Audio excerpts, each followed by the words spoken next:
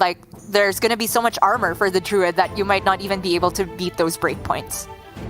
Yeah, that's right. For posesi on the Rogue, it often feels like a rush to just do as much of your game plan as you can before alignment, because in that pre-alignment battle, it's not even close. Rogue is being so much more efficient, applying so much more pressure, getting towards their win condition so much quicker. But after the alignment, it's an entirely different story. The Druid just starts to become completely unstoppable. Only Neophyte has a chance of slowing them down by that point. But here we see Glory, speaking of the early game plan for Druid, keeping the jerry-rig, that makes sense. It's just a decent early play that thins your deck as well. But Anaconda is a very interesting key piece of this puzzle. Yeah, these two kept together, I think, start to really shed light on Glory's game plan. The cycle from the jerry-rig gets you closer in one way or another to the alignment, and then the Anaconda really makes the post-alignment world work. But I want to highlight posesi's mulligan. Just earlier today, we heavily praised Xiao Bai for keeping the Prize Plunder plus Neophyte plus Secret Passage, and that's almost exactly what posesi was offered, just Guardian instead of Prize Plunder. And it was also on the play, but he turned down that entirely, and we're starting to see again differences in playstyle, in opinion of the matchup, because posesi here was probably thinking to himself, that's not even good enough. I also need Octobot in order to get the tempo start rolling. And posesi is a player that chooses when he's going to play around Glide very deliberately and when he's going to throw caution to the wind. And now we are starting to see yet another difference in opinion. Very reserved start for posesi right out the gate, right? Not wanting to go for the Neophyte, not wanting to go for the Shroud quite yet either. But for Glory, what was looking to be a very slow hand has just started skyrocketing forward with Wild Heart Guff off the top. The entire game plan of this deck can change, and especially with the Celestial alignment as well. This hand that looked like it needed a little bit of something extra just looks fantastic now for Glory. He can ramp on the following turn with the hero power to get to alignment that little bit quicker, and then with Anaconda and potentially 2 nourishes thanks to the jerry-rig and the one in hand, this is looking fantastic for our reigning world champ.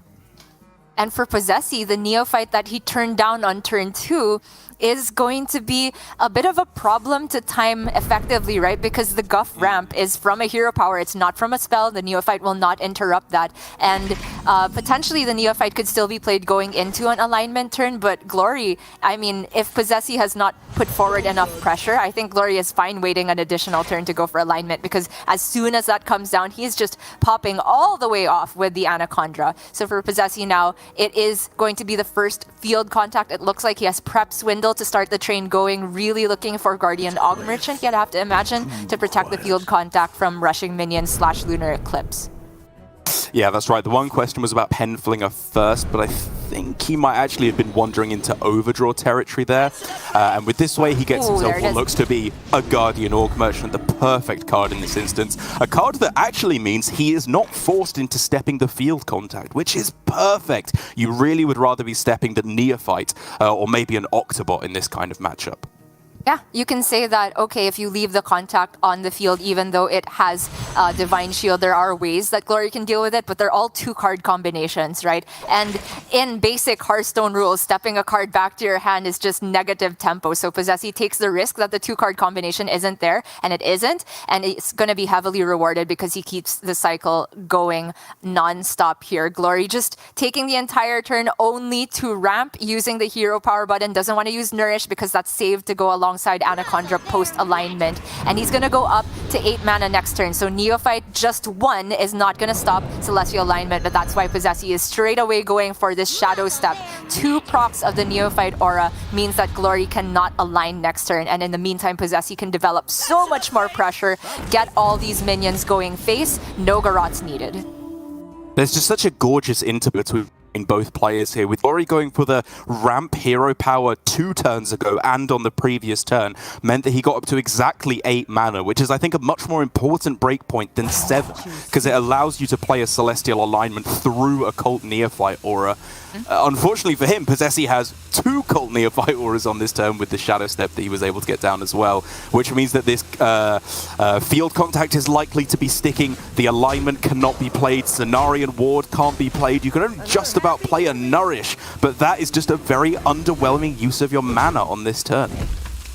Yes, it is indeed. The one thing Glory has going for him is health total. He's had a lot of armor due to Guff, and there's technically only 10 represented on the other side here, so maybe he can wait one more turn, but it's starting to get scary, right? Because if you have to spend a whole nother turn just going for alignment, you're gonna take that 10 once more, plus whatever Posesi develops after that. So Glory already, I think, needs to be thinking about what is his alternate game plan if not alignment, and that generally comes in the form of setting up Solar plus Cenarion Ward. He has managed to get a hold of that combination now, so for Posesi, it's a matter of whether he can find another Neophyte effect, like the second copy, or another Shadow Step to stop this combination.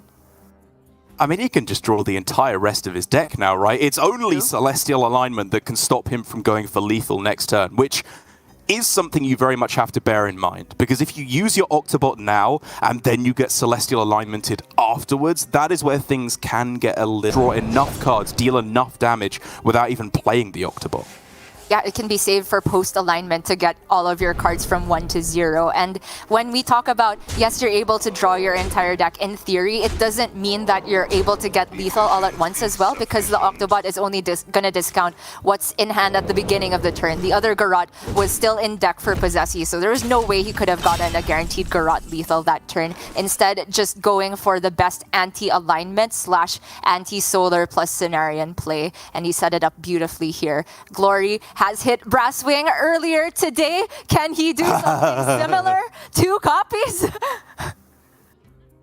I think that's probably got to be play here, right? Because Glory can go ramp with the hero power, Solar Cenarion, set up for Anaconda plus alignment on the following turn. But all of that is, of course, dependent on what he hits beforehand. We need some powerhouse 8 drops, and these are not quite that. It's almost there with the Dreadwing, but I don't think that's quite going to be enough.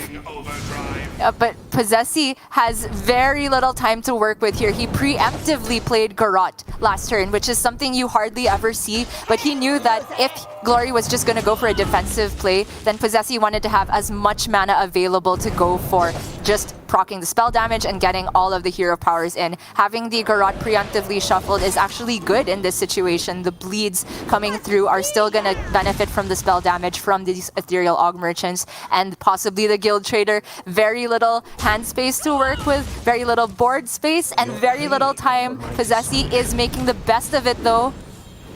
I mean, Posesi is just doing stuff right now. Like, he's trying to hit lethal, I think, first priority, but he's very cleverly deviating now to still maybe getting the lethal, but more likely clearing off this board, playing a Neophyte as well, I think, is a very important part of this turn. Definitely see it. Second Prize Plunderer gonna deal with the Dreadfang, but that means that there is no board space to go for another Neophyte. I think that this turn, Posesi did suffer a bit from lack of time. I think you're right. And that means that Glory could now go Anaconda plus alignment plus the Nourishes on the same turn. It's a slim chance, but it's possible that this is actually lethal on this very turn.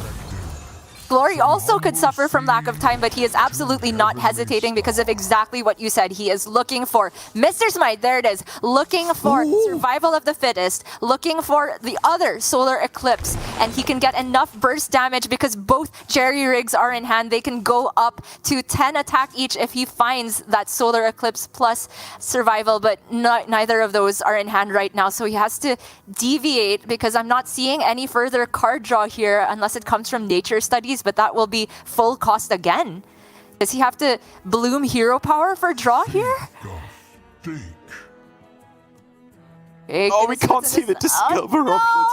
Ah, the worst bug ever. Pounce, not a bad card to get here, in all honesty. Just going to deal with the field contact, but that is not enough to stop Posesi's remaining minions, let alone the other field contact and Guild Trader.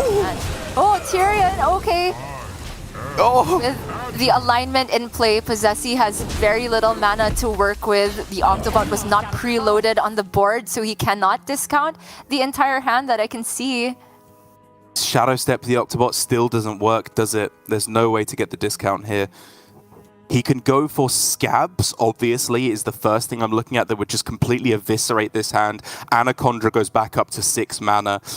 It would only be the Owls that would be playable in response. Yeah, I think that's the only realistic play here. Leaving up Anaconda is just a death sentence for Posesi. And even though he will be, like, depending on how the trades go, he could just have too many cards in his hand that he would burn the next draw. I don't think that's a big deal. He can just kind of get there off the back of the 4/2 stealths and the field contact that's in hand. But he is going to trade away most of these things and only return the Neophyte. And cleverly doesn't kill Tyrion before that happens, which means that Glory doesn't get the 5/3 Ashbringer weapon. That's right, and now all of a sudden Glory is looking to be in some pretty big trouble. He can go for Celestial Alignment again on this turn to try and set up for Anaconda, but he's left with no Nourishes left in deck. The best card draw he has, realistically, is the Moonlit Guidance, I believe of which there are 2 still in the deck to maybe double down on a Solar Eclipse, or the Survival of the Fittest that we were talking about is so important at this point in the game. But until he gets to that point, the best he can do is just a couple of Owls on this turn, which is okay, but it just gives Posesi all the time in the world to try and get his own win condition. Definitely feels like it. The stealth minions obviously cannot be interacted with either. And the alignment, number 2, is not even playable here because of the Neophyte aura. So Glory doesn't really have a choice other than to just accept that he's taking minimum another 8 damage from the board, and then has to come up with some miracles on the very next turn, which I agree with you probably has to come in the form of the Moonlit Guidance. No, you're right. I'm still in the headspace where the turn after you pop off, you have 2 mana as the Druid, but here he obviously only has 1 after popping off on the same turn he played the alignment. And Glory's doing all he can, playing all the threatage he can here, but surely with an Octobot and a... Potions, flasks, BOE, or even just Hero Power, Guild Trader, and then trade. Yeah, I think this just does it. Yeah, the 8 damage from the minions means that Posesi only had to deal 12 more from the bleeds, and the 2 spell damage plus the draw for the last 2 bleeds should complete it perfectly.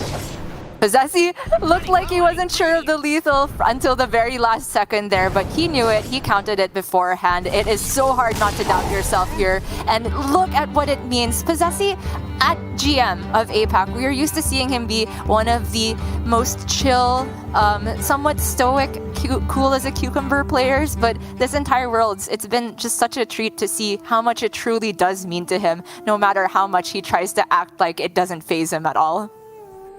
No, exactly. Posesi has just been wearing his heart on his sleeve, which is an absolute treat for you and I to get to see. I absolutely agree. Seeing some real emotion from the player who we know deep down how much this all means to him, but we rarely get to actually see it on his face. And I gotta say again, that was an incredible first game to kick things off in our World Championship finals. But there was some slight hints of nervousness there from Posesi. That one turn where he didn't get down a Neophyte allowed Glory to go for that big pop-off turn with the Lady Anaconda and the Celestial Alignment on the same turn.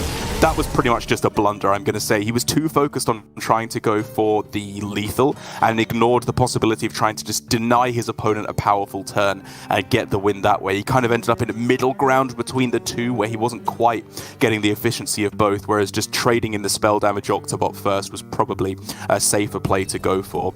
But it's all behind him now. He got the win on the Rogue. The big difference between their two lineups is already ticked off, and he can now move on to his own Druid, although it is teched slightly differently with only one Jerry and a Germination, slotted in there instead.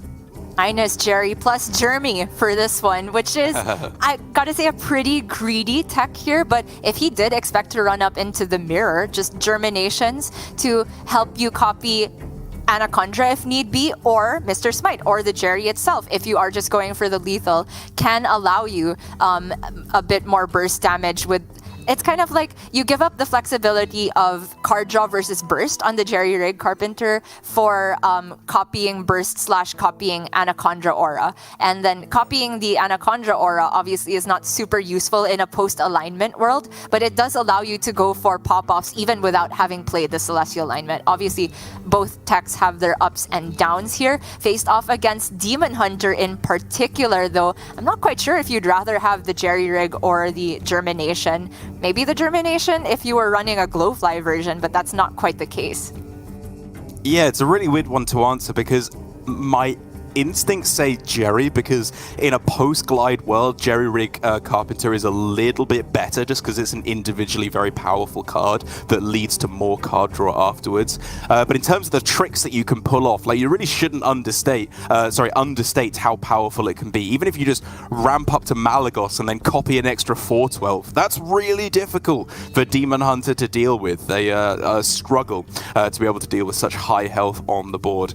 But for Glory here, it is pretty much the standard stuff. He's got the need for greed instead of the Rust Drop Viper, but aside from that, just very, very standard stuff. And I'm so glad that we're getting to see this, because this to me is just such an interesting matchup. As you and I were talking about on the first day of the World Championships, or as I was talking about while you were graciously not calling me an idiot for whatever nonsense I was spouting. I feel like it's changed a lot over the course of both of these decks' history, with very interesting oscillations in how the win rate has changed between the two decks. And as it's currently stat, with no brutes in the Demon Hunter and slightly less disruption than we may have historically seen, I do think that the Druid is overall in a good spot. The punish post-alignment is not quite so strong as it once was. However, if you can get off a turbo Kurtrus before they play the alignment, that is where things get very, very interesting.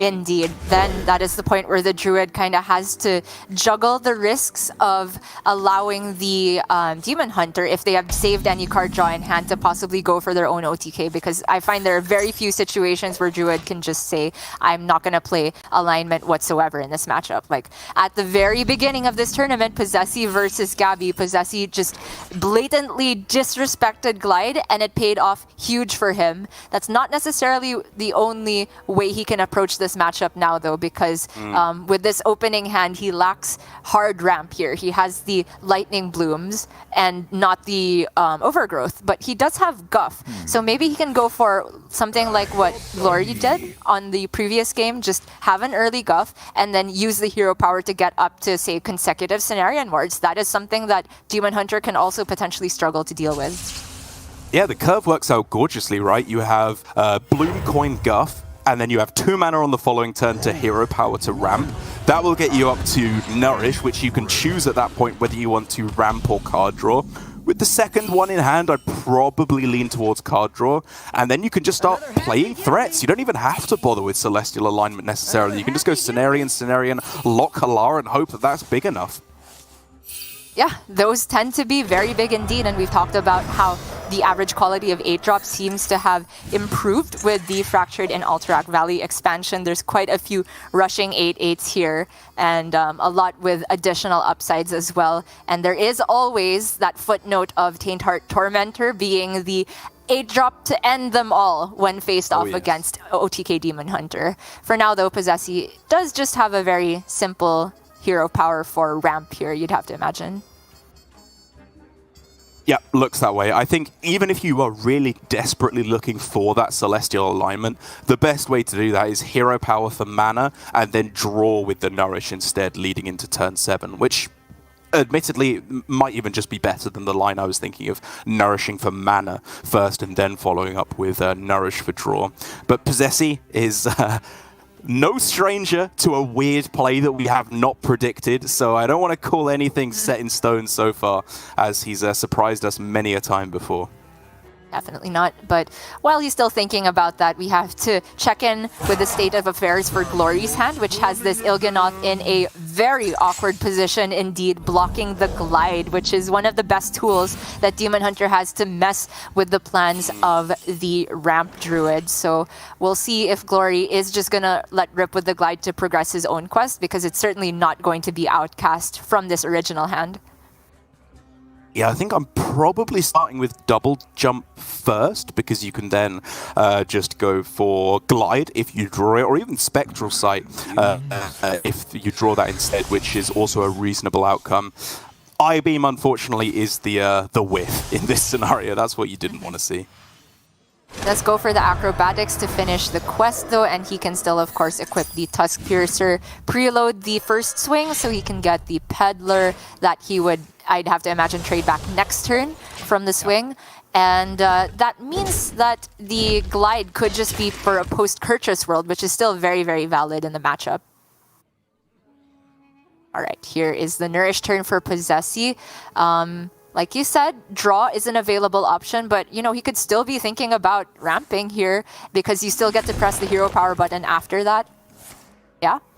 And it allows you to potentially play Solar plus Cenarion with Lightning Bloom if you hit the Solar next turn. It doesn't find it, but Anaconda is still, of course, very interesting.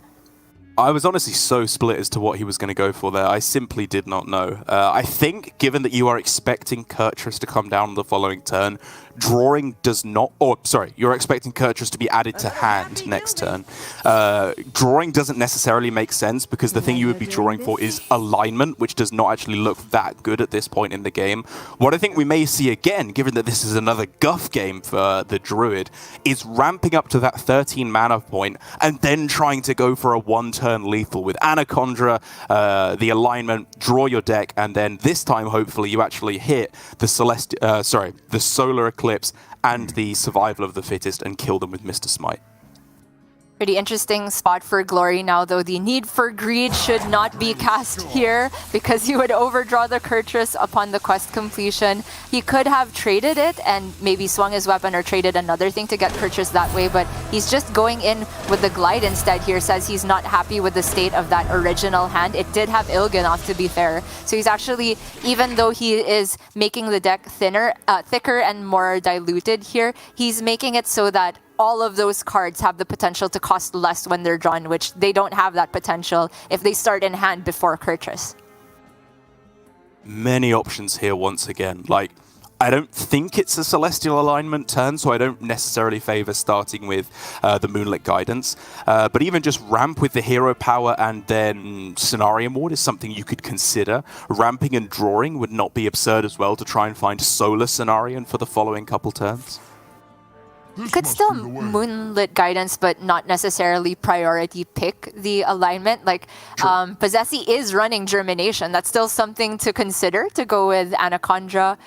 Survival of the Fittest at this point could also be a pick, even though it would be kind of awkward if you haven't already played the Cenarion Ward. But I think this is what he was looking for in particular. The big money is the Solar Eclipse to go with the Cenarion Ward. However, there's not quite the mana to get all of that to go together.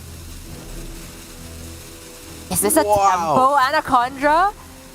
This is bold. I was going to say, do you ramp with the Nourish? Do you draw with the Nourish? Completely forgetting the idea that you can just play Anaconda. You don't even have to get any special value out of it. And to be fair, what can Glory do about it? Are you really going to turn down Demon Slayer Kurtrus? Given that you are an OTK Demon Hunter, right? Like, this is your entire game plan. Oh, this is so cool from Posesi. I just have a quick story. On ladder the other day, I said, as Mozaki mage, let me just try playing Mozaki into their Kurtrus turn after I'd seen some removal shuffled back into the deck because they played Glide. It's a very similar situation for Posesi, right? He's playing the big legendary, the win condition, as a disruption card, timed perfectly into what Glory wants to do, which is play the Kurtrus. And because it's post-Glide, there's not a high chance that there's the perfect, like, Moarg I-Beam combination plus the swing to get rid of it. And now Glory did go digging first. He hit Skull on the studies. He is looking for removal options on the Anaconda. And he can swing to make the I-Beam cost 0 because of the way that interaction works. It's not outcast anymore. So he does get the discount from the Skull, and that's the Anaconda cleared. That is huge. A risk on either side. That was so risky from Glory. Like, so much of the deck did not kill the Anaconda there and would still have left Demon Slayer Kurtrus unplayed. But he takes the risk, massively rewarded, and now posesi has to get there with just a single solo scenario, and it's an incredibly powerful play, but will it be enough to carry him through? Because outside of that, there's not all too much going for him right now. These 8 drops that he gets are again okay. So many Deviate Dreadfangs today.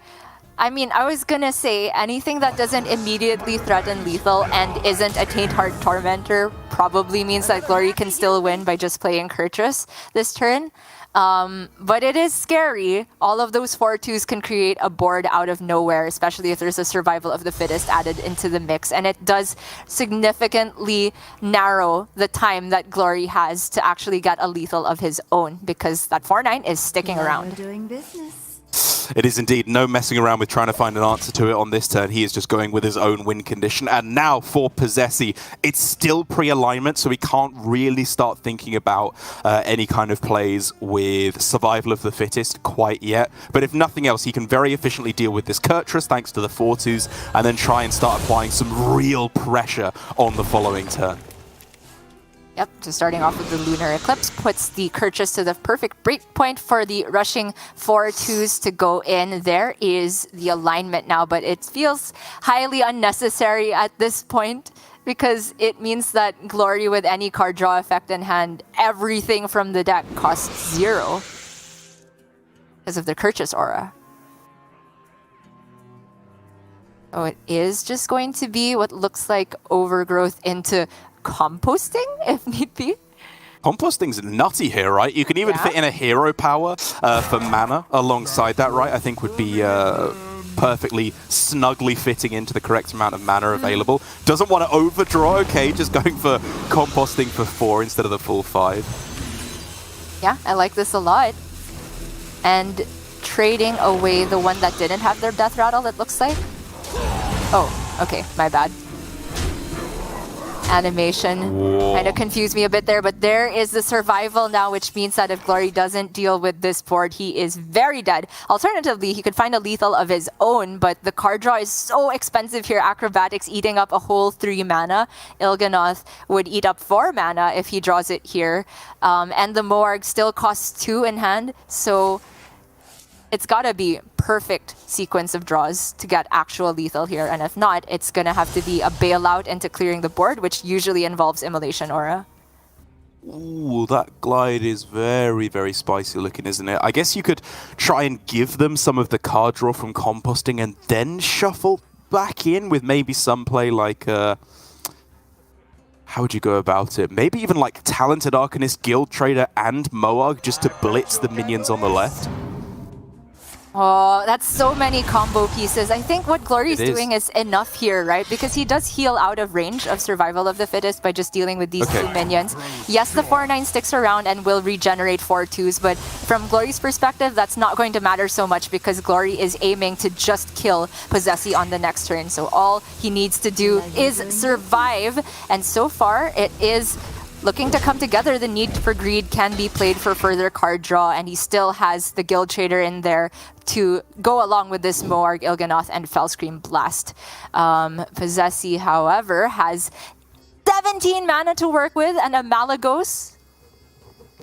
So if he's somehow able to play Solar Survival of the Fittest, that would add 16 to this 9, which would be 25 altogether. So I don't think there's any way for him to hit lethal on this turn, given that still no Celestial Alignment has been played.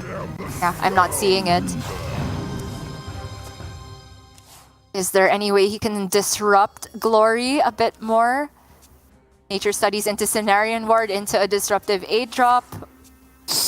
No ward found. Could be a thing. Complete garbage on that.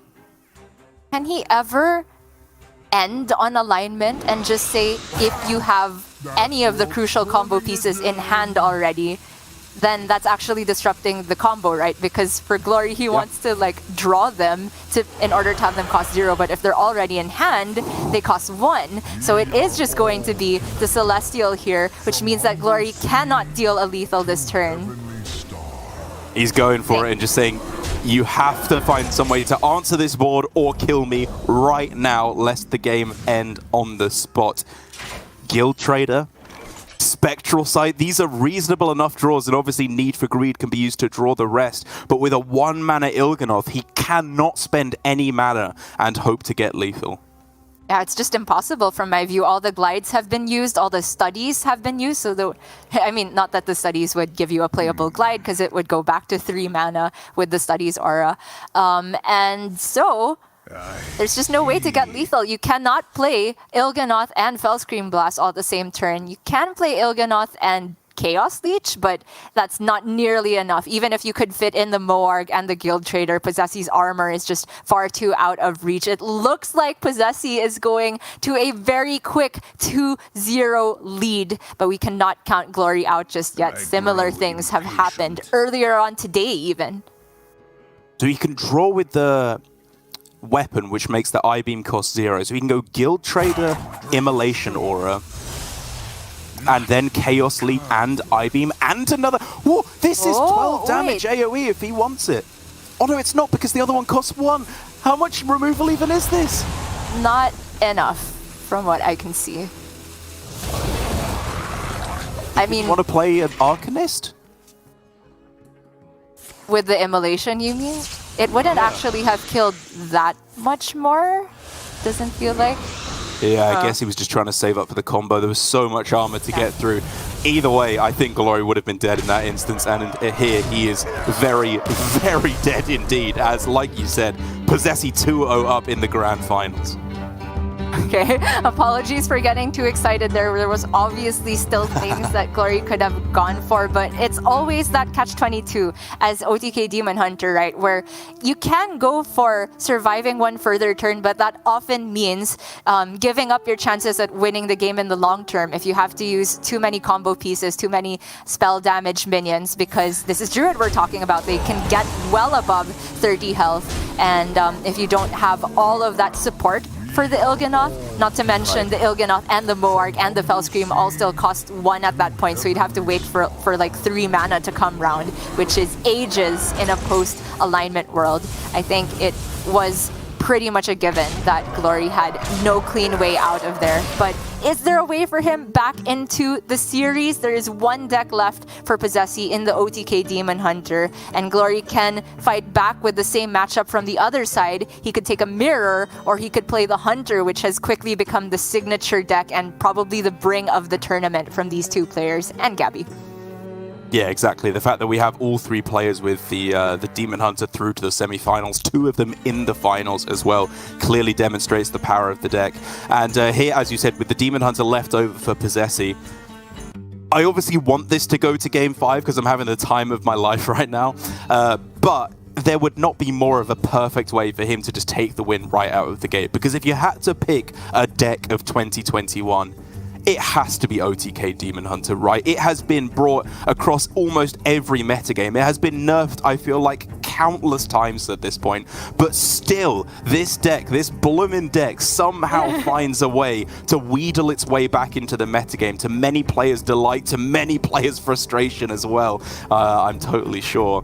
And for me, it's just one of the biggest delights to cast, because there's so much going on with this deck, so much room for artistry and for demonstration of an incredibly in-depth level of knowledge with the deck. And Posesi, to me, has just been one of the absolute best players with this deck across the entire year. If we backtrack all the way to how Posesi even qualified for the World Championship at winning APAC GM Season 1, it was mostly off the back of this deck. Posesi, obviously at the time, OTK Demon Hunter was very different. It didn't have the quest. Il'gynoth was 4 mana. You were still running Skull of Gul'dan and really relying on good discounts to win the mirror. It has changed a lot with the inclusion of Glide and, of course, the quest and all of the nerfs, but Posesi still understands the core concept of the deck, and it felt like he had gotten ahead of the curve before anyone, and that's how he qualified in the first place. But Glory is not going to give him an easy time. Overgrowth in the opening hand into alignment. However, there is also a glide for Posesi that can get into outcast position very easily. This is a close one, Derek. Oh, gee, it's just a best of the best. Now that's what I call Japanese Hearthstone. Nuts curve with the druid versus an early glide. Like, this is what Japanese players just do in Hearthstone, and it's the perfect way to round out the year for 2021. Because, like you say, it's the perfect hand for Glory, pretty much. It's just a little bit of card draw that's missing, and he would be absolutely laughing. Whereas posesi, that glide to complete the quest, to disrupt his opponent, get rid of this stinky Il'gynoth that you do not want in hand at this point whatsoever. It's the dream. Thinky Noth. I mean, Alutamu might be feeling a bit of FOMO by not being in this final, but he's here in spirit. It's the glide, his signature card. All right, one studies can be played first here for posesi. He can choose whether he wants to commit the second one. Spectral Sight doesn't quite progress the quest on its own, but it feels like just a good pick, even if you're not necessarily going to play it. Say if he's going to bank that discount for the glide, Spectral Sight's a good card to have back in your deck after a glide. I was going to say make the same argument for glide. Like, I kind of rather have another glide in my deck than another Spectral Sight, just because there's a reasonable chance that you get it somewhere in the middle of your hand, and glide is still a very good card to have in the middle of your hand, right? True. And you can just make us both happy, posesi picking one of each towards the end. Yeah, the glide is insane as well. I will never forget the game where 6 of them were played. Glory here, not the greatest choices from his own studies. Probably just Lunar Eclipse. Okay, Living Seed can draw the owls, right? So anything that is cycle, I do favor. Yeah, it just thins your deck a little bit more, which I'm perfectly okay with. Coin, glide, absolutely no messing around here whatsoever. And Glory, while we're seeing some new expressions from our players here in the World Championship, that's one that we know very well from APAC Grandmasters. That is the dissatisfaction that comes from being glided for the 50,000th time. And for posesi, he threw away a good hand, and he gets himself back another fantastic hand. This is easy peasy quest completion next turn again. And that means Kurtrus potentially in hand before an alignment can get played, which could be all the difference in the world. Glory here, not quite the greatest mana available to him. Solar Nature Studies is the play here because he was going to float a lot of mana most situations if he just plays one Nature Study. So he's looking for many ways as possible to get mana spent here, and the discount is banked for the alignment as well.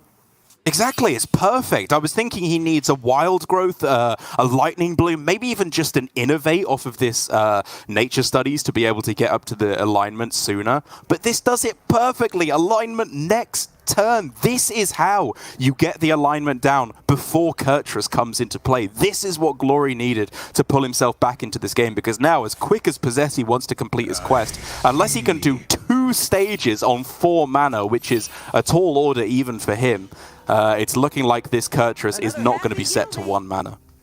Yeah, I mean, I'm struggling to come up with any combination of cards that can be discounted to get the double quest completion, but without a Sigil or a Tusk Piercer preloaded, it does feel nigh on impossible. And this was the absolute window that Glory had to meet, right? If he had to go for that alignment post Kurtrus, his chances were looking very, very slim indeed. But after this insta alignment, there is an Il'gynoth available to posesi if he feels like he is far enough behind that he's just gonna windmill slam it. I saw him hovering it. We are seeing the old stinky Noth coming down for tempo. Tempo Il'gynoth in the grand finals of the Hearthstone World Championship. You think you've seen it all, but always posesi is willing to surprise you with plays that no other player would have the guts to make. But here, Glory going with a very juicy looking Solar Arbor and gets another Dreadwing for the 3rd time in this one series. How is this card just, I mean, oh gosh, what's the name of it back in the old Token Druid days? This is a new Griffin. Yeah, APAC Griffin. It's come back in a different form. The spiritual successor all the way at the World Championship. posesi though, I mean, he can kill one of these things, but he will not have his Il'gynoth survive the next turn. his last-ditch effort at coming together with a tempo game plan is not going to pan out. Glory gets a win on the board. It was nothing spectacular from Glory there, but it was just such a clever spot to hit that one play of Solar plus the nature studies. That play alone is what won him that game instantaneously. It's one that I hope most of the players here would have hit, but still, if you miss, I think that would have been over on the spot because Kurtz would have been in hand, would have been able to be played, and then it's an entirely different game you're looking at. But in this instance, Glory finds the play, is rewarded for it, and we're going to at least a Game 4 here, if not a Game 5, and it is going to be that face hunter that has been the cornerstone, I think the real secret source for the success of both the Japanese players and Gabby to a lesser extent as well. Against the Demon Hunter once again, we have seen what posesi can do in this matchup. We've seen what Glory can do in this matchup. But this time it's going to be Glory on the Hunter, posesi on the Demon Hunter. How are we feeling about this one? Man, I think I threw out the hot take on day one, right? That I feel like Hunter might just be favored in the matchup versus Demon Hunter with the addition of the Trog and, of course, all of the buff spells to back that up. Even before that was a thing, skilled Hunter players could time their threats appropriately. They knew when to get off the board and start making the potential heal effects from the Demon Hunter less convenient, right? They would force the Demon Hunter to have to shoot their own Morgs in order to get enough healing. And if they do end up leaving like a talented Arcanist on the board, then you punish with the Rhino. And that game plan is still available here, but now supported by a stronger opening curve by these three lovely key cards put here by TJ. Thank you very much. Hunter is just a deck that as I was talking to Band Zero, who is one of the Japanese casters, he just said that all three of Alutamu, Glory, and posesi just agree that it's strong, and they didn't necessarily come to that conclusion together. I think he might have talked to them separately or gotten the information separately. They've just been jamming it on ladder. They've realized that it's just so well suited to prey on the combo decks in this meta, and they've been so rewarded for it thus far. Really excited to see whether Glory can pull it off. Me too. Huge implications, of course, for this particular game in the series. If Glory wins, it will all come down to a Demon Hunter mirror to decide the World Championship finals. But Glory does need to win here just to keep the dream of a back-to-back Hearthstone World Champion alive and stop his very good friend, practice partner, posesi, from becoming the World Champion.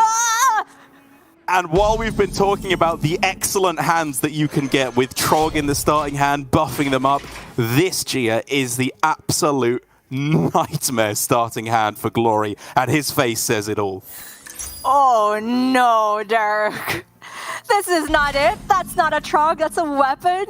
Quick shot, not gonna be able to draw a card for pretty much the entire game. Initiate coming off curve. Maybe if it sticks, the ramming mount can get the job done. And so far, posesi doesn't really look like he has a convenient way of dealing with this. I don't think he wants to expend a Fell Scream Blast on a singular minion, but a look in the studies might change that. Yeah, exactly. I think Studies is probably the play you're going for anyway to set up for a cheaper Spectral on the following turn. And if you're greeted with an I-Beam, of course, or maybe even a Chaos Leech that could be coined out, you'd consider killing it off. Spectral? Actually complete quest right here, right? Still with just coin Spectral Sight. Yeah, makes sense.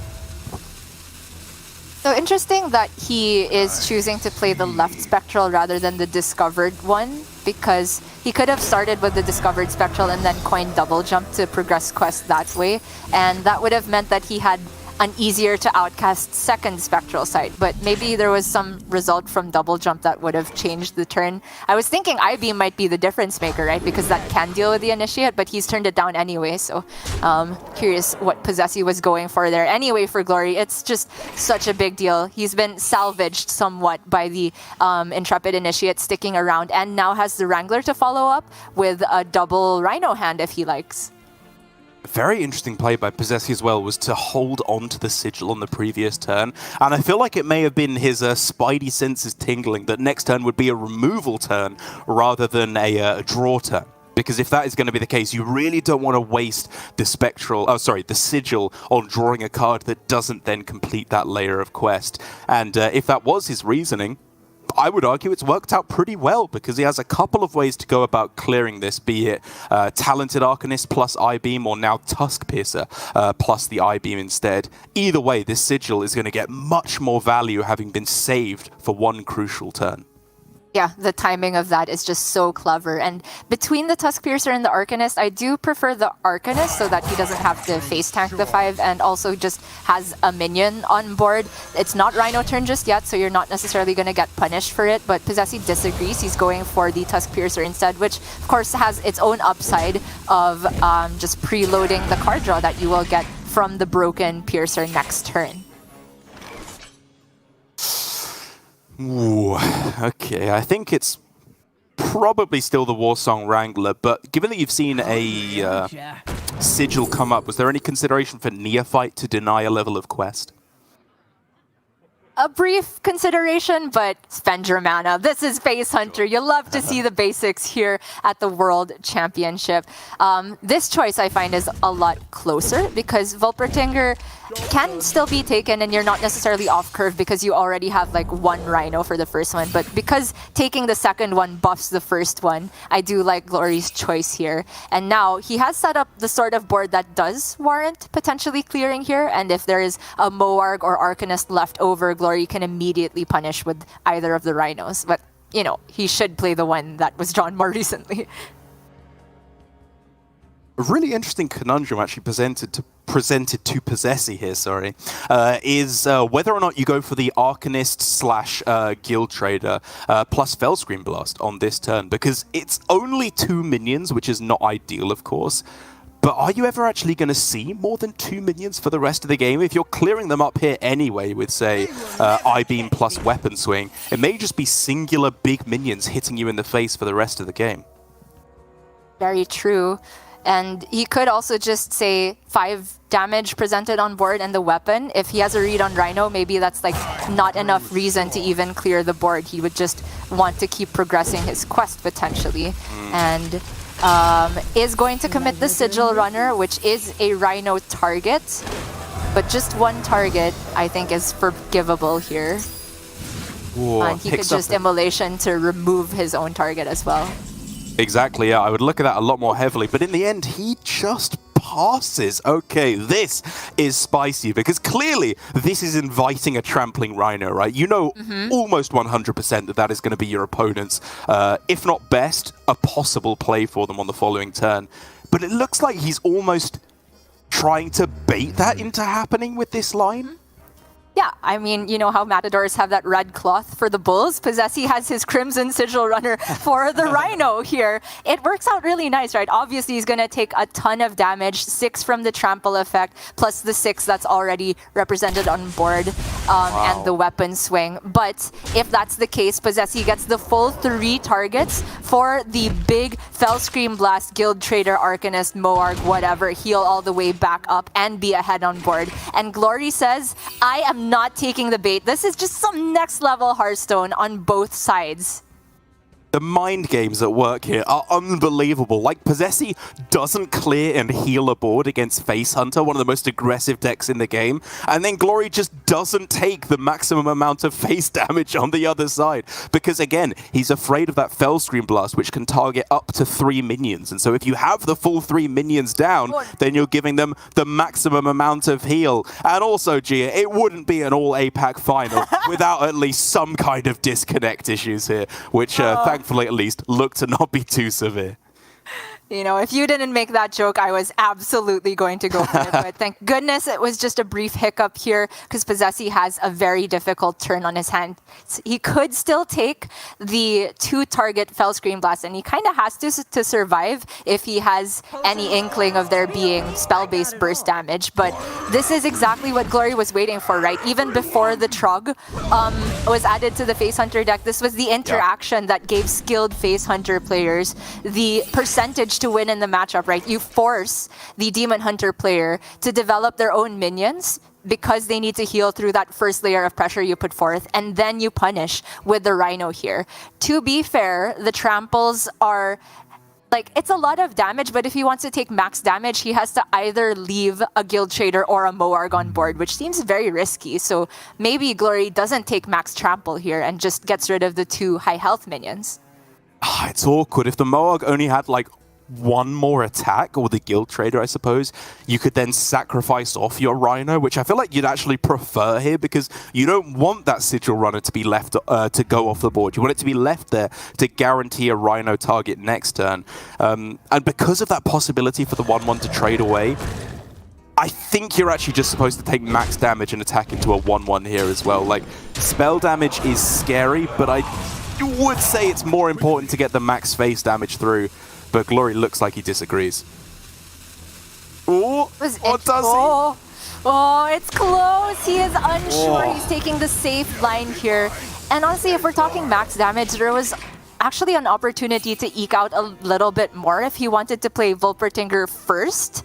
And then Rhino, you could actually have the Tingers attack with the True Aim Crescent into the Moarg and then the Rhino trample after. Not necessarily sure if that's good, but it's just another layer to the different options that Glory had this turn. It's really difficult, and both players are still in a difficult spot. It's still anyone's game. posesi doesn't have that much health to work with. He does still have healing, but with one Fell Scream down, he definitely doesn't want to use this other one. And just one Eye Beam with the Talented Arcanist doesn't feel like enough either.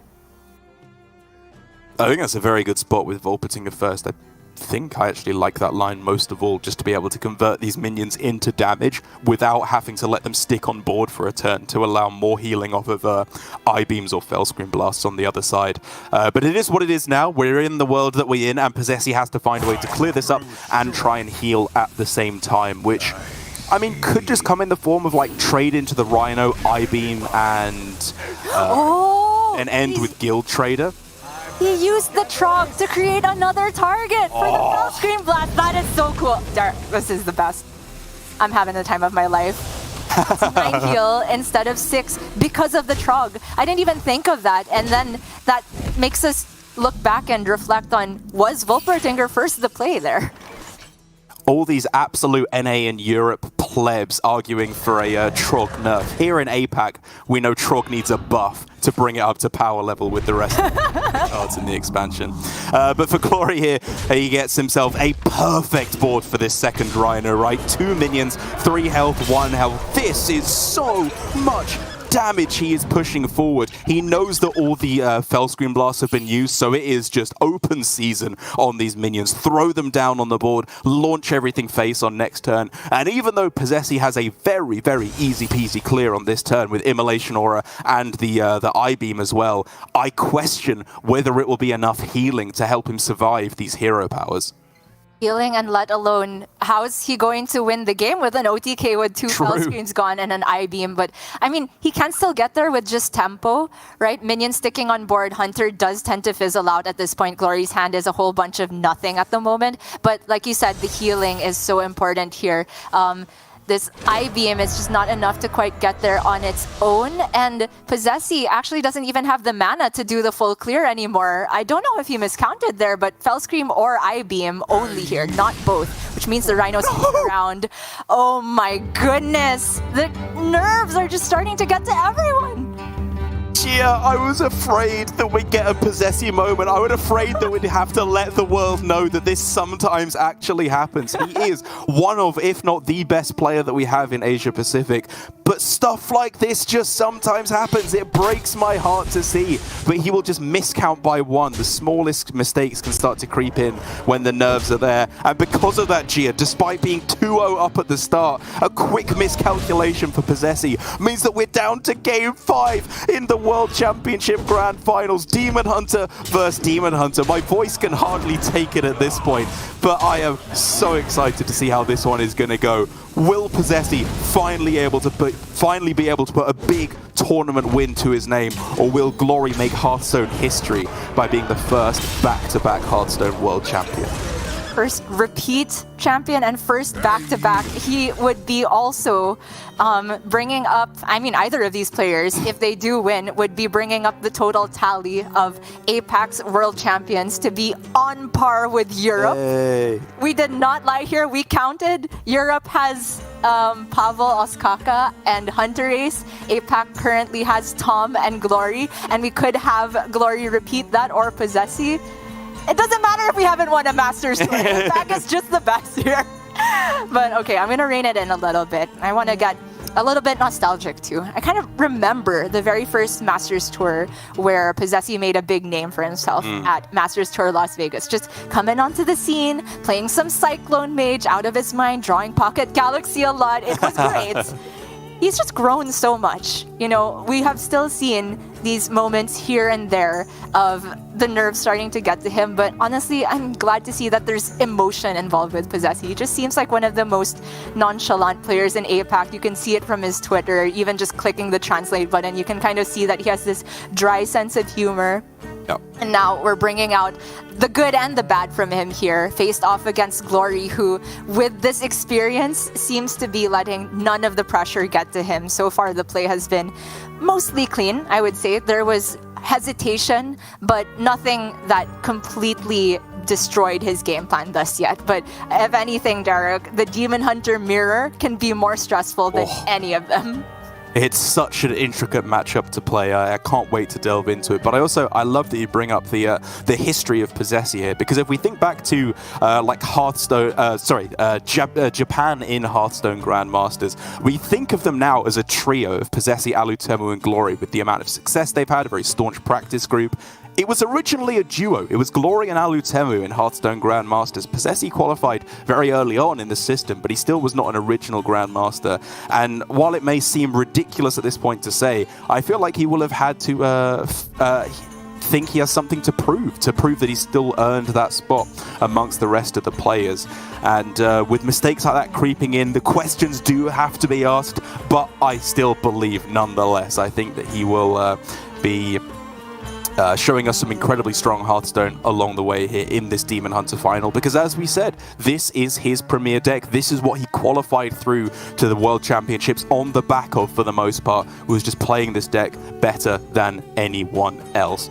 And so before we head into the final match, in terms of the list, it's pretty much identical. I think it's just a Viper for Posesi and a Need for Greed for Glory. And because of that, it's essentially a mirror match with the most tense of players it's possible to be. This is it, Gia. We are about to decide the Hearthstone 2021 World Champion. Two players with the utmost respect for each other. This time last year, Glory was giving a winner's interview where he talked about how Posesi was like, okay, I'm bored, I'm going to help you practice. And that was part of the reason that Glory got to win. And now look at them fighting each other, best of friends, turned into the best of rivals here at the finals. We already saw just how well they know each other and how well they know the matchup with that next level exchange of the Rhino bait into not taking the bait in the last match. I would love to see what they have in store for the Demon Hunter mirror, but right off the bat, we saw Glory with the full keep, just with tradable cards, any guaranteed draw effect for that first layer of quest progression for Demon Hunter. Even if you just take one card for one draw, that's generally fine, right? On 3 mana, you will be able to get that first layer done. Mulligan makes a lot of sense. For Posesi, things need to be planned in advance. There is a glide, but that's a card that you generally want to save to deal with your opponent's Kurtrus. Oh, with 2 of them in hand, though, things start to get very, very spicy. I think if your opponent draws a whole bunch of cards on this turn, then you are very happily going to go with the glide anyway. Or maybe if they even just leave the coin in hand, you'd go for the glide. It's still a reasonable way to disrupt them, shuffle some mediocre cards back in. But like you say, for Posesi, a turn 3 glide is far from the dream scenario here, because you would much rather shuffle that Kurtrus in and turn the tides. But for Posesi, I guess if he goes for the glide first, if Glory cannot complete quest on this turn, he won't even necessarily need to disrupt Kurtrus, because he'll be the player doing it first. Yeah, very true. And the weird thing about playing Glide on 3 mana in the mirror is sometimes if your opponent hasn't even progressed their stage 1, playing the Glide completes their stage 1 for them. So in some ways, it's a relief for Posesi that Glory did actually commit the card draw effects to finish stage 1 here. Stage 2, of course, needs 5 draws, so the Glide, even in outcast position, will not be able to benefit Glory here. Posesi is just going to see when it's in his second studies here. It's a Spectral Sight, which is an amazing card to put back in the deck post-Glide, and he is just going to start the train of shuffles. Let's see what both our players get back in hand. Not particularly great for Posesi. 2 tradables, but 2 combo pieces. Not the best. Yeah, far from fantastic. Whereas for Glory on the other side, okay, it's not ideal because right now this is not quest progression on this turn quite yet. But it's not bad, right? It's guaranteed on the following turn, especially with this Tusk Piercer picked up. So it might mean that it's a turn off the pedal and setting up for quest progression next turn instead. But that's a very big deal. If you then offset that initiative and Posesi is 1 turn ahead in the quest tennis and he will be the first player to get down Kurtrus, Glory is in a much worse position than he was last turn. I mean, look how far we've come from glaive-bound tennis to quest tennis. Glory choosing not to use his last mana on the studies, I think, is wise. If I were him, that studies could just be held onto as an emergency switch. If Posesi gets his Kurtrus sooner than Glory, then the studies is one last chance to maybe glide it away if he hasn't drawn his natural glide and had it in outcast position. Glory still has ways of progressing his own quest even without the studies, with the Tusk Piercer preloaded, with the acrobatics, and of course with the Guild Trader, but definitely Posesi is ahead here in terms of getting Kurtrus online. Glory still has, of course, as I said, guaranteed quest progression on this turn. I think most likely he's going to be trying to actually save this Illidari studies here, right? Because he can go for just a nice clean quest progression on this turn, pray that he draws double jump to try and get glide even more consistently, and then next turn you break open the Illidari studies to look for glide, you break open the hopefully drawn double jump to find glide as well, and you just try and get that opponent's Kurtrus back into their deck. It's getting so tense here. Peddler, of course, shuffled back before the Tusk Piercer break, and he is considering holding on to acrobatics because he can just progress quest by using the 2 tradables instead. Acrobatics obviously is a great card after Kurtrus to get even further card draw, so I like the deviation from Glory here.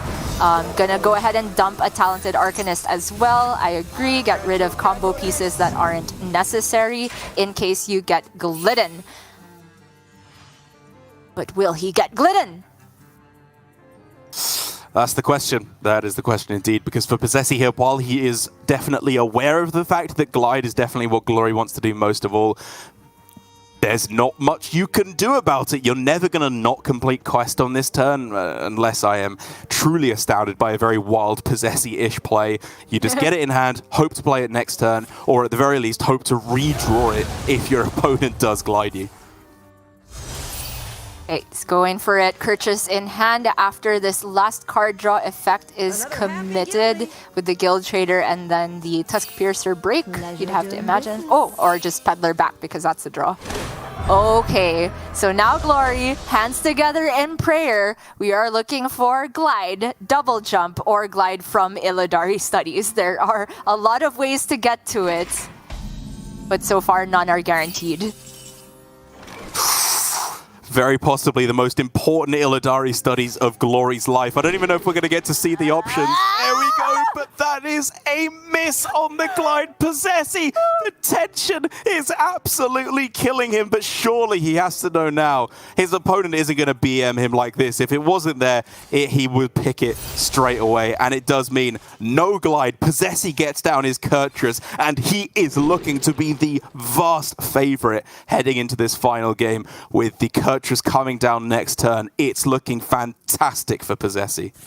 However, Glory can also get his quest progressed here and have his own Kurtrus in hand because of the acrobatics aura, which is I mean, if you're not able to glide their Kurchus, the next best thing you can do is play your own Kurchus. Yes, he ends the turn on 10 cards. Really no choice about it in the matter because he had to play the Spectral Sight to get the Acrobatics Aura to activate. So there is obviously a chance of losing on the spot if you overdraw Il'gynoth. But if he doesn't do that, still anyone's game. Obviously, Posesi's ahead by being able to play Kurchus first, but the Il'gynoth being already in hand is not really great for Posesi because it's so expensive. It is, but it has been discounted, as has a Fell Scream and a Talented Arcanist, which means he's getting pretty close to getting the combo done, even without this Il'gynoth lending a hand as well. Sort of, but I still think he needs Sort of. like heavy discounts on the next combo pieces. You need 0 cost Arcanist or Moarg to really get this to pop soon enough. Glory is faced with a somewhat similar situation with discounted Moarg and Talented Arcanist. But oh my gosh, this is a 1 in 15 for the craziest Worlds highlight you will ever see in your life off this next draw for Glory. Well, let's see. He needs not Il'gynoth as the next card. Sigil of Alacrity, fine. The game continues here as with an opposing Kurchus on the board. You're not happy, of course, because that is 7 damage you're going to take, and your opponent has the initiative. But it does mean he's at least still in the game. There's a chance for Glory to get that second World Championship trophy. Job's done. And what a story it would be. Glory's come so far. Remember at the start of APAC GM, we were always talking about how he kind of played second fiddle to Alutemu. Not that he is an inferior player by any means, he was just more reserved. Glory's personality comes out from his play more than anything, his work ethic, and it could culminate all in this, but Posesi has picked up a glide now. That is a way to reset the expensive cards in his hand, but of course you want to dump all these useless cards first. Immolation Aura, not in the deck for this matchup. I-Beam, not necessary if you are going for a Fell Scream Blast lethal. You just want to distill your deck into card draw, into combo pieces, and that is exactly what the glide does here. Glory doesn't have the chance of dumping his own cards, but could end up with enough card draw. Oh, it's so tense! Wait, it's all combo pieces for Posesi in hand. What is this?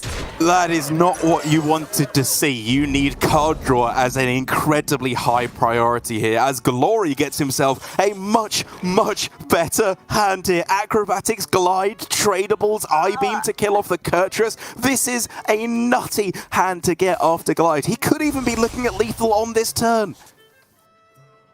Not particularly likely, but not impossible. He had to get the absolute best outcomes. Vengeful Spirit off the studies coming back to bite him a little bit. Obviously, he didn't have any good options at that point, but it is a whiff. Posesi, you can visibly see the stress getting to him now. And Glory is looking at a glide of his own, but at this point, yes, do not use the Outcast one. That is helping Posesi in this situation. He is just dumping the non-combo pieces and non-card draw cards, aside from the Vengeful Spirit, which would have taken away the Studies aura.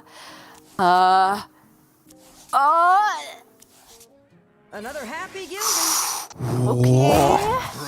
Again, he's just ended up drawing dead here. Both players have no card draw, but almost every combo piece they need. This is going to be so scrappy for the World Championship title. That's an Il'gynoth off the top. Another happy Gildy. Tradable. He is 1 Fell Scream Blast away from the World Championship trophy.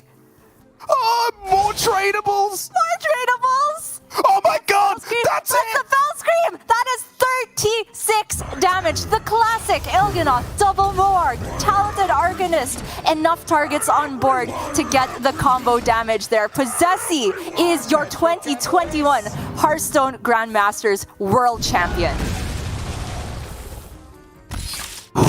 The fight of his life from Glory. He won it last year. He came a game of Hearthstone away, a draw in that game away from becoming the back-to-back champion. But in the end, it is Posesi who is crowned your champion. The emotion we can see on his face, brought to tears by his victory.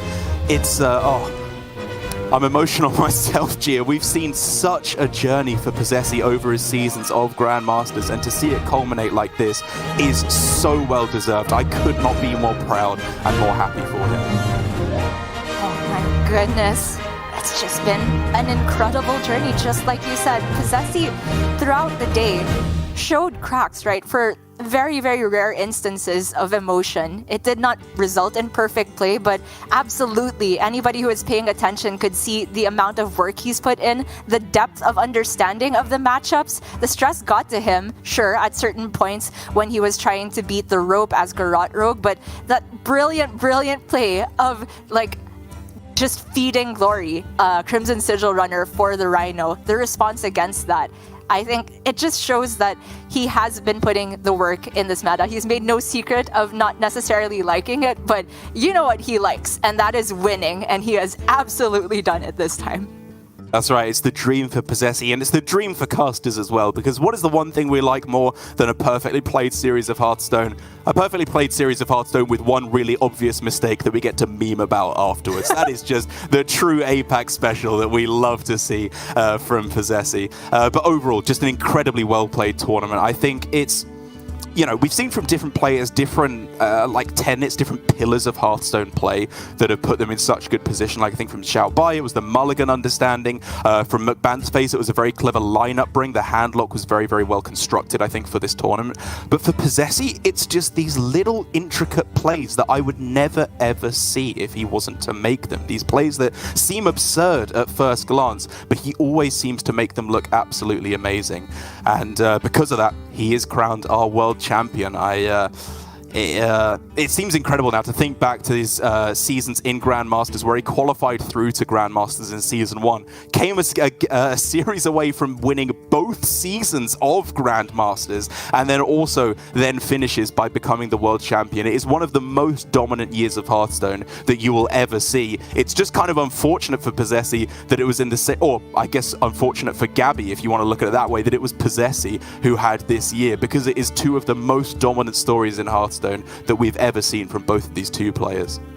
You could go on and on about it. Honestly, posesi has kind of made me revisit the argument of whether playstyle is a thing in constructed Hearthstone. I think it definitely is a thing in Battlegrounds, but it feels like for the longest time there's always a correct play or a higher percentage play in any given situation. But from posesi, I'm always just so astounded by the timing of when he's gone for things like Secret Passage, by the risks he takes into Glide, and the risks he takes with just anything, right? He went for a mulligan that was completely different from Xiaobai on the Rogue, and we already thought that that was amazing, but he still manages to make it work. posesi, I feel, should be looked at as an authority for how to play matchups in ways that other people have not necessarily considered, and I'm glad that we'll be able to get his thoughts very soon. That's right, truly one of the best Hearthstone players that we have seen in a very long time. But you don't have to hear our word for it. You can get to hear the thoughts of our 2021 Hearthstone World Champion, who's standing by with TJ.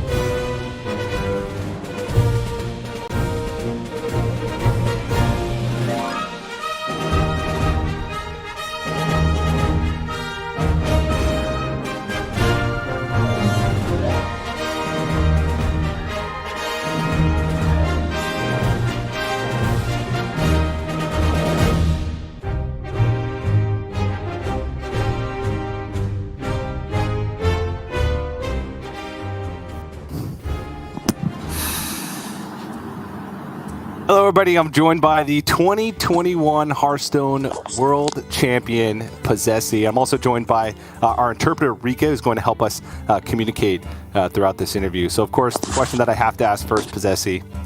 You did it. You're the world champion. What is going through your mind right now? .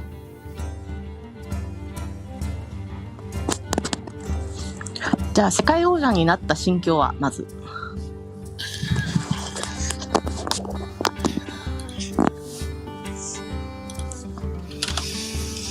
いやもう嬉しいです。本当にもう目標だったんで、ずっとようやくというか、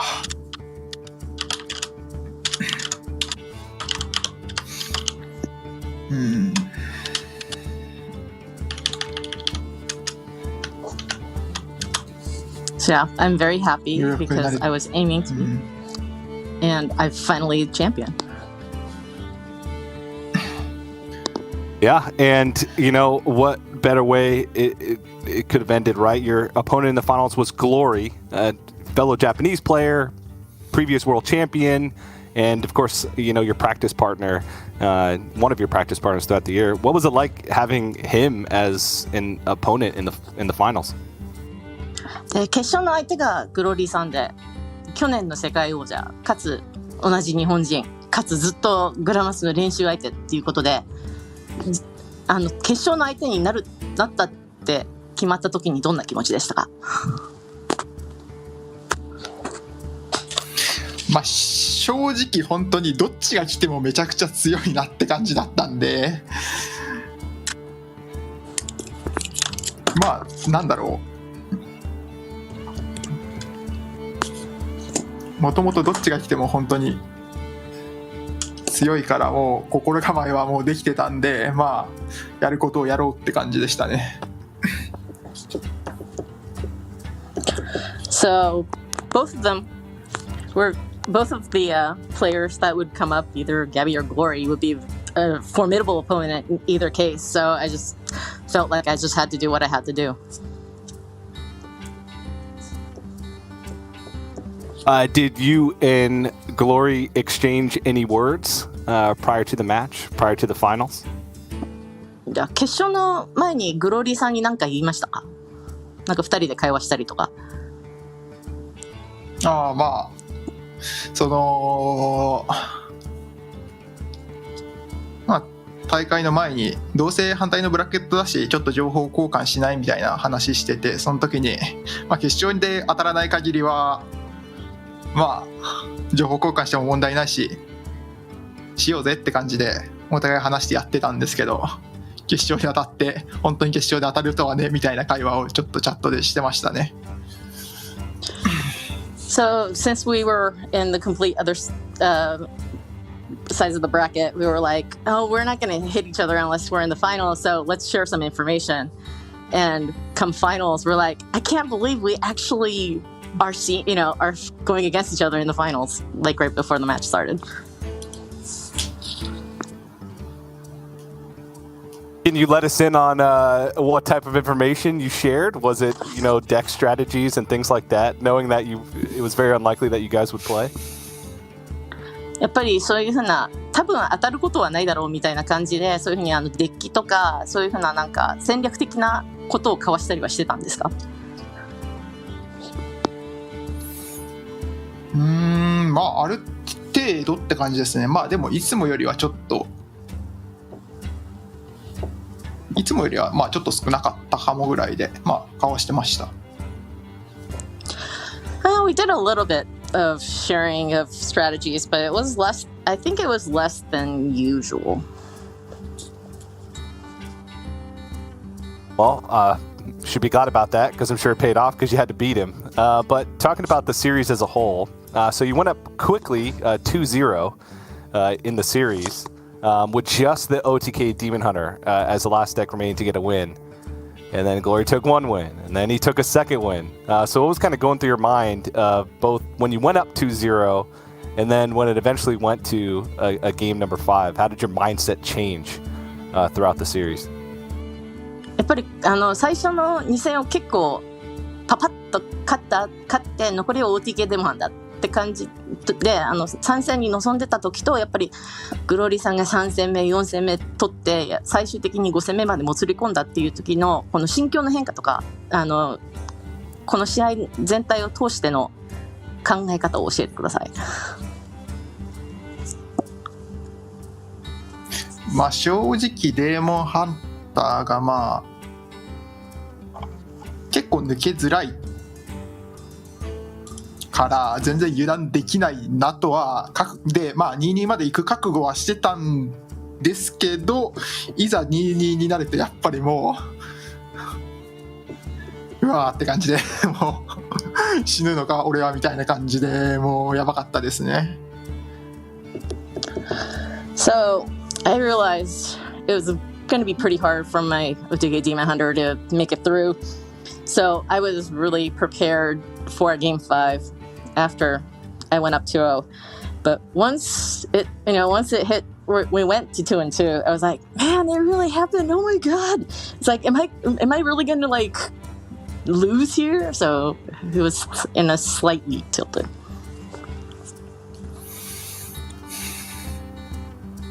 Well, I'm sure it was just a bunch of relief and, talking about sort of that final game, right? Because we've seen so many OTK Demon Hunter mirrors, it feels. And then once you complete quest, the glide, right? That's always on your mind. Did you, once you saw that you completed the quest, got the Kurtrus in hand, and didn't see glide from Glory, did you know that it was in the bag then? Did you know that the match was won right then? やっぱりその5戦目の時にクエスト終わってカートラス出してグローリーさんが角出してこなかったっていう時に勝ちを確認しました。いやあんまりですね。向こう側が角1枚も切ってなかったからなんか先にドローとしたとしてもなんかシャッフルで戻されてトントンの状態に戻されてあんまり角打たれてない状態のカートラス先出しは確信できるほどのものじゃなかったんでって感じですね。So since he didn't glide at all and I think all of the shuffling kind of made it an even match, so I really wasn't too sure of my victory just because I had the Kurtrus out. Well, it turned out that it's just the tradables at the end was just so much drama, right, to finish it off. So it was such a fitting end. But I want to talk about what's next, right? You achieved it. You won the World Championship. But what are you going to do now? Are you going to take a break? Are you going to go on vacation? Are you just going to stay at home and keep jamming more Hearthstone? What's next for posesi? まあ最後の試合のそのシャッフルのドラマが生まれたということで試合が終わりました。これからどうしますか？お休み取りますか？どっか旅行に行ったりしますか？それともお家にいて普通にハースストーン遊んだりしますか？ちょっとお休みというかまあ人に会いに行きたいですね。ちょっと最近家にずっとこもってハースストーンだったんでちょっとお休みですね。またすぐ再開すると思います。I need a break. I want to go see people. I haven't seen people in so long because I've just been cooped up in my house playing Hearthstone for a while now. So I just want to go out and see people. But I'm sure I'll be back and playing Hearthstone after a short break. Yeah, you have a 2022 World Championship to look forward to. So got to start playing again at some point.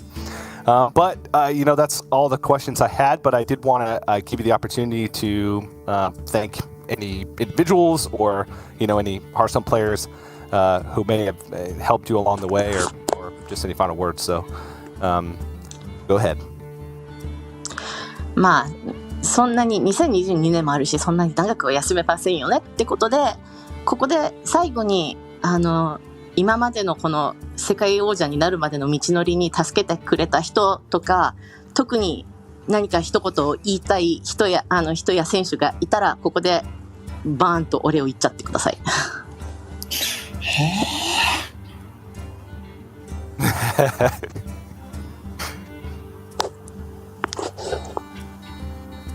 誰かな。いやまあでも誰っていうよりはやっぱり日本のコミュニティで本当にハースストーンを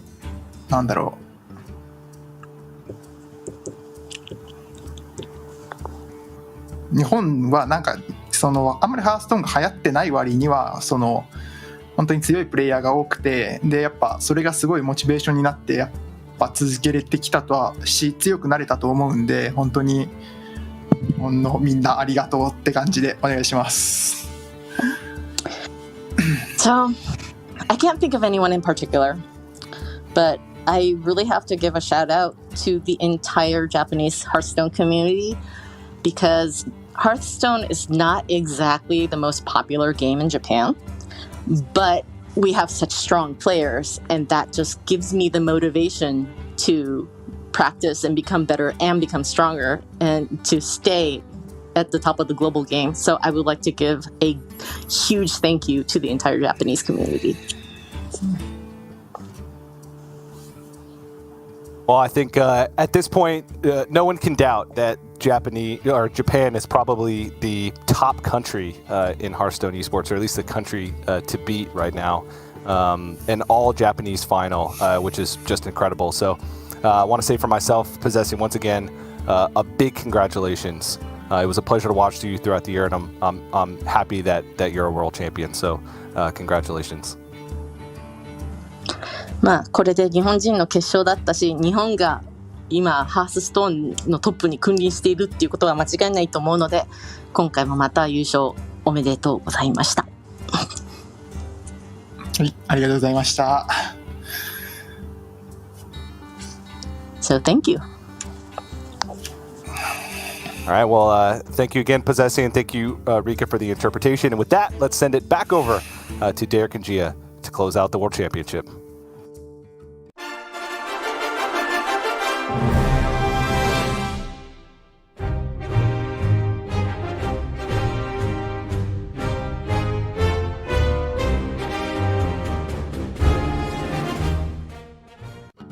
Thank you so much to Posesi for sitting down with TJ, giving us some of his thoughts despite the obvious, incredibly, relieved, excited, jubilant, just overall exhausted state that he is clearly in, because I think I speak for all of us when he has absolutely earned a rest here. The amount of effort that he has put in to get to be the World Championship truly boggles the mind, and enjoy it. You've earned it, my friend.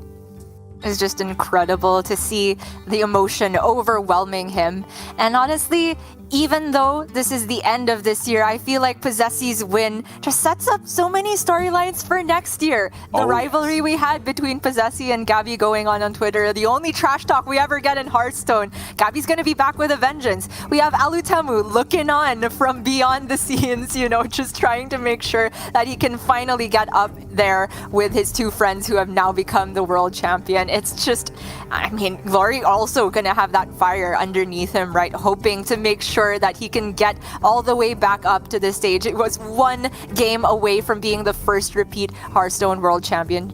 McBanterface as well, no longer going to be considered the new kid on the block. It has been no secret whatsoever that he is just one of the most analytical, data-oriented, and high work ethic players the scene has ever had, and all of them will be coming back with a vengeance next year, I am sure. That's right. I hope that all 4 of our competitors through to the semi-finals, all 8 of the players, in fact, who made it through to the World Championship can hold their head high, because they put in a tremendous amount of work to get here and played out of their mind, did themselves all very, very proud. And of course, congratulations to me, the predictions champion, never doubted, Posesi, day one, I knew it was going to happen. And of course, I had an absolute blast casting the World Championship finals. I'm going to go sleep for about 3 days as well, alongside Posesi, I think. But Gia, any other closing thoughts before I send our lovely viewers away for the end of the show? I'll just thank you, of course, on behalf of everybody among the casters, the crew, the entire Hearthstone Esports team. Thank you for sticking with us throughout the broadcast, throughout the entire year. It is going to be very different starting next year. If you missed any of those details, make sure you head on to the Hearthstone Twitter and the Play Hearthstone website to see all of the changes in store for 2022 and see how you can achieve your dream just like Posesi. That's right. Yeah, I believe qualifiers are starting for the next Masters Tour actually very soon. Tomorrow, actually, for that matter, the first Masters Tour of the year next year.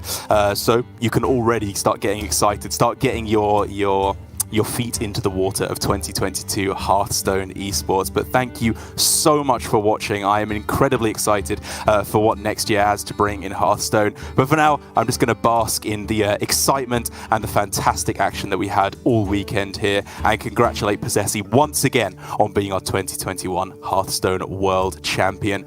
Thank you so much, and we'll see you next year.